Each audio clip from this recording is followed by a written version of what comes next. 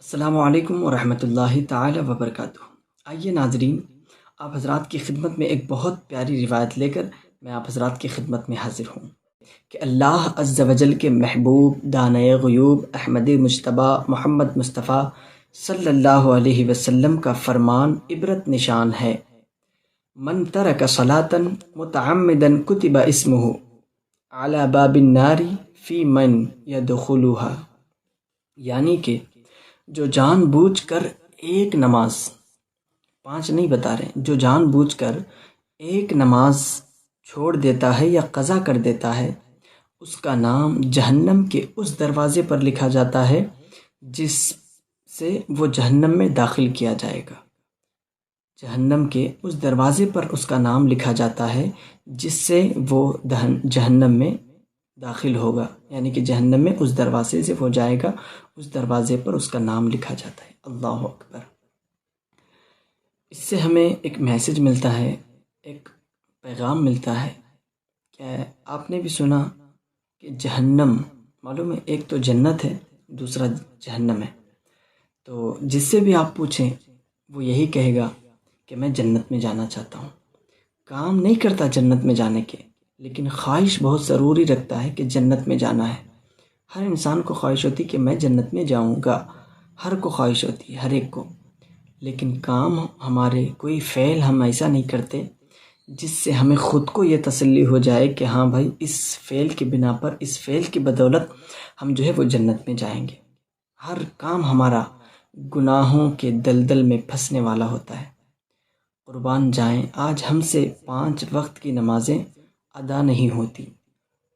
پہلے تو نمازیں 50 دی گئی تھی، رب کا جو تحفہ ہے وہ 50 نمازیں اللہ نے ہمیں محبوب کے ہاتھوں تحفہ بھیجا تھا کہ اے محبوب جاؤ اپنی امت کے لیے یہ تحفہ دے دو 50 وقت کی نمازیں۔ ان میں سے سرکار نے 5 کم کرواتے 5 بچی ہیں۔ اگر 50 ہوتی تو ہم کیسے ادا کر پاتے تھے؟ صرف 5 ہے، یہی ہم سے ادا نہیں ہوتی تو 50 کیسے ادا کرے گا بندہ؟ تو ناظرین، ان 50 میں سے 45 کو ہٹا دیا گیا، صرف 5 کو رکھا گیا ہے۔ وہ 5 وقت کی نمازیں بھی ہم سے ادا نہیں ہو رہی۔ خدا کے لیے ایسا نہ کریں، ایسا نہ کریں۔ 5 وقت کی نمازیں ادا کریں، 5 گانا نمازیں باجماعت ادا کرنے کی کوشش کریں۔ میں آپ کو ایک بات بتاؤں کہ یہ دین جو ہم تک ملا ہے، جو یہ نمازیں، جو یہ دین، سنت، شریعت، واجبات کس کو کیسے ادا کرنا چاہیے، یعنی کہ شریعت مصطفیٰ جو ہم تک پہنچی ہے، جو شریعت کا تحفہ ہمیں ملا ہے، یہ تحفے کو پہنچانے کے لیے، اس اسلام کو، اس دین کو ہم لوگوں تک پہنچانے کے لیے بڑے بڑے اکابرین نے، بڑے بڑے صحابہ نے، انبیاء نے، اولیاء نے کتنی قربانیاں پیش کی ہیں۔ آپ جانتے ہیں، آپ کو معلوم ہے، جیسا کہ آپ جانتے ہوں گے کہ ہاں یہ ماہ محرم شریف کا مہینہ ہے۔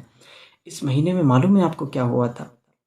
اللہ ماشاء اللہ، اکثر لوگ جانتے ہی نہیں ہیں کہ محرم میں ہوا کیا تھا، محرم شریف کی ہسٹری کیا ہے۔ اس 10 محرم کو، یعنی کہ جو گزر گیا ہے، 10 محرم کو ہوا کیا تھا، اکثر نوجوانوں کو معلوم نہیں ہے۔ اللہ اکبر۔ اس دین کو ہم تک پہنچانے کے لیے عباس علم بردار نے اپنے بازو کٹوا دی، قاسم کی جوانی لوٹی گئی، انہوں نے اپنی جوانی کو لٹایا ہے تو صرف دین کو ہم تک پہنچانے کے لیے۔ امام حسین رضی اللہ تعالی عنہ نے اپنے سر کو سجدے میں کٹایا ہے تو صرف دین کو ہم تک پہنچانے کے لیے، دوسرا کوئی مقصد نہیں تھا۔ سکینہ کی گود خالی ہو گئی صرف دین ہم تک پہنچنے کے لیے۔ اونو محمد شہید کیے گئے صرف دین ہم تک پہنچانے کے لیے۔ جناب حر شہید ہو گئے، شہادت نوش فرما چکے، کس لیے؟ دین کو ہم تک پہنچانے کے لیے۔ اور ایک عبداللہ بن وہاب قلبی، یہ شہید ہوئے، انہوں نے جام نوش فرمایا،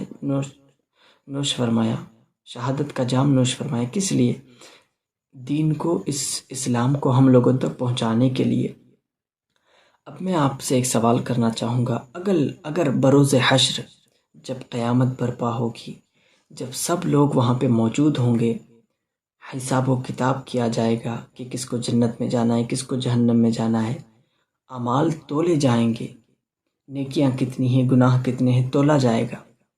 اس وقت عباس علمبردار نے دین کو عباس علمبردار نے یا جناب قاسم یا جناب حر نے یا امام علی مقام نے یا بی بی سکینہ نے، کسی نے بھی ہم سے یہ سوال کیا، چلو عباس علمبردار نے اگر بروز حشر ہم سے یہ سوال کر لیا کہ اے نبی کے امتیوں، اے عاشقان اہل بیت، اے عاشقان رسول، دین کو تم لوگوں تک پہنچانے کے لیے میں نے اپنے دونوں بازو کٹوا دیے، دین کو صرف تم لوگوں تک پہنچانے کے لیے میں نے اپنے دونوں بازو کٹوا دیے، اس دین کو تم نے کتنا ہرا بھرا کیا، اس دین کو تم نے کتنا سینچا ہے، اس دین پر تم کتنا عمل کر رہے ہو۔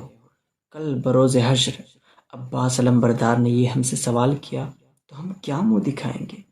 کل بروز حشر ہم امام علی مقام کو کیا چہرہ دکھائیں گے؟ خدا کے لیے ایسا نہ کریں۔ صرف 5 نمازیں ملی ہیں۔ آپ جانتے ہیں کہ جب یہ جنگ شروع ہوئی سب لوگ شہید ہوئے، اور محمد شہید ہوئے، جناب حر شہید ہوئے، اور حضرت امام علی مقام کے اولاد شہید ہو گئی، عباس علمبردار قاسم شہید، جناب قاسم شہید ہو گئے، سب شہید ہو گئے، آخری امام حسین بچے ہیں۔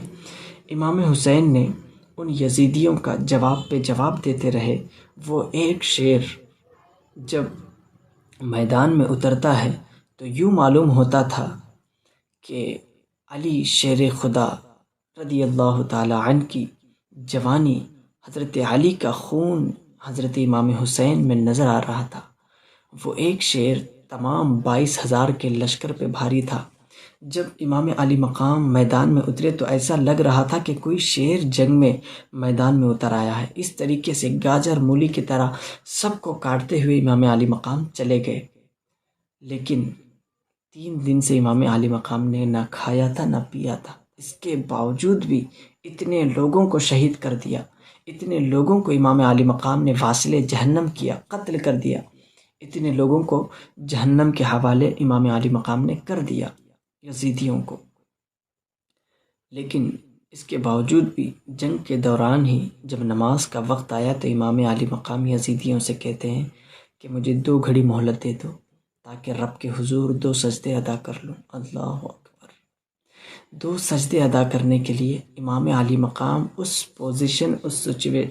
سچویشن میں یزیدیوں سے کہہ رہے ہیں کہ مجھے 2 گھڑی مہلت دے دو، میں رب کے حضور 2 سجدے ادا کر لوں۔ اللہ اکبر! ایسی سچویشن اور ایسی پوزیشن میں بھی انہوں نے نماز نہیں چھوڑی، رب کے حضور 2 سجدے ادا کرنے لگے۔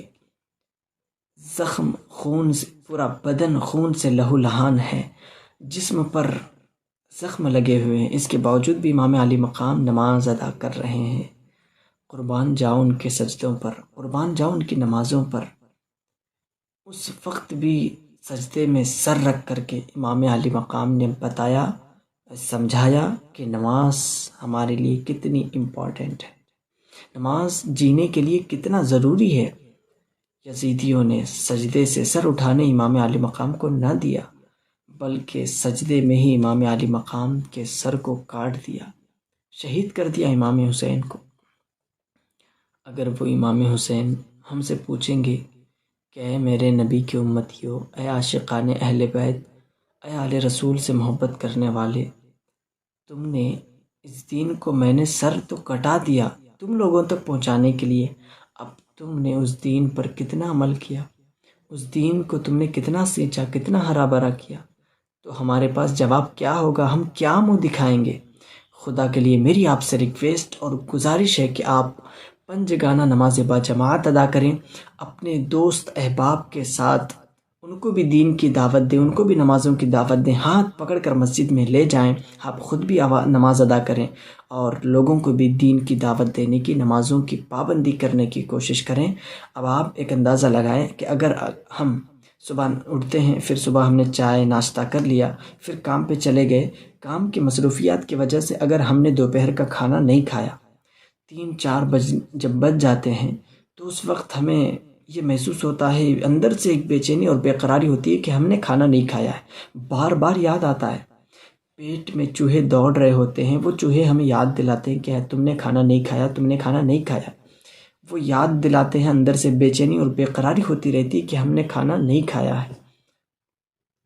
اسی طریقے سے، بالکل اسی طریقے سے نماز کو اپنے جسم میں، جان میں، روح میں، دل میں، دماغ میں، فکر میں، خیال میں اس طرح بسا لیں، اس قدر بسا لیں کہ اگر آپ کی ایک وقت کی نماز بھی قضا ہو جاتی ہے، ایک وقت کی بھی نماز قضا ہو جاتی ہے، تو اندر سے یہ بے چینی، یہ بے قراری ہو آپ کو کہ ہاں میں نے نماز ادا نہیں کی، میں نے نماز ادا نہیں کی ہے، تو خود بخود آپ اس طریقے سے جسم میں، جان میں، روح میں، خیال میں، فکر میں نماز کو بسا لیں گے۔